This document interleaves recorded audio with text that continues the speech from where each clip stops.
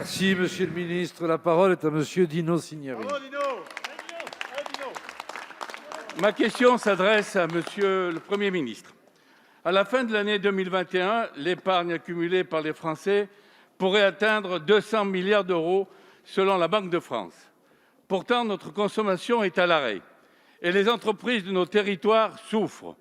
Il est donc urgent de prendre des mesures fortes pour libérer cette épargne qui dort sur les livrets des Français. Du fait du vieillissement de la population, le patrimoine se concentre sur les plus de 55 ans.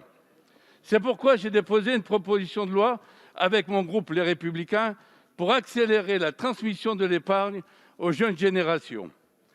Monsieur le Premier ministre, il faut permettre aux grands-parents et aux parents d'aider les jeunes à acheter un logement, une voiture, à réaliser des travaux, à investir en créant une entreprise et donc des emplois. Nous proposons donc d'élever le plafond pour les dons d'argent et de rendre possible tous les 5 ans plutôt que tous les 15 ans actuellement.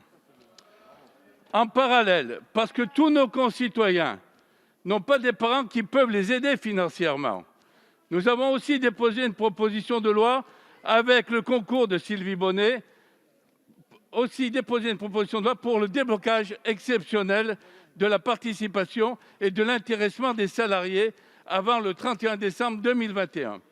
Là encore, cela permettrait de relancer la consommation et donc la croissance sans alourdir la dette de notre pays. Les recettes de TVA seraient même très positives pour les finances de l'État. Monsieur le Premier ministre, depuis 1 an, nos concitoyens et nos entreprises souffrent. Ils attendent des mesures concrètes comme la libération de l'épargne pour pouvoir financer leurs projets à court terme. Allez-vous soutenir nos propositions de bon sens qui permettraient de relancer la consommation et de redonner du souffle à notre économie dans les territoires? Merci, Monsieur le député. La parole est à Madame Olivia Grégoire, secrétaire d'État auprès du ministre de l'Économie et des Finances. Merci, monsieur le député Cinieri, sur un sujet que vous connaissez bien puisque vous y êtes travaillé depuis des années et récemment encore avec vos 2 PPL. Vous l'avez souligné fort justement, oui, les restrictions ont pesé sur notre économie et force est de constater qu'en 2020, encore plus que d'habitude, les Français ont mis de côté 120 milliards d'euros de plus qu'à leur habitude. Et d'ici fin 2021, mesurons ensemble, les Français auront accumulé près de 200 milliards d'euros d'épargne. D'abord, preuve en est, cette épargne, elle est déjà en partie consommée. Ce sont des chiffres encourageants que je voulais partager avec vous. En décembre dernier, les dépenses de consommation des ménages en biens ont augmenté de 23% sur un mois, après un repli en novembre lié au confinement de 18%. Notre objectif à tous, c'est que cette épargne en croissance vienne servir le financement de l'économie réelle et l'investissement productif. Et je tiens à dire que c'est un souci que nous avons avec la majorité depuis 2017 et notamment au Parlement ici, avec les travaux menés en faveur de l'investissement productif, mais aussi avec la loi Pacte.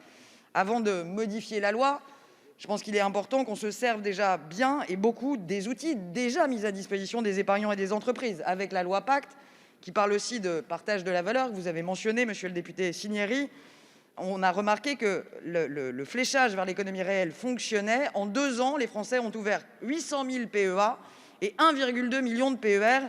C'est un succès et l'épargne s'oriente peu à peu vers l'économie réelle.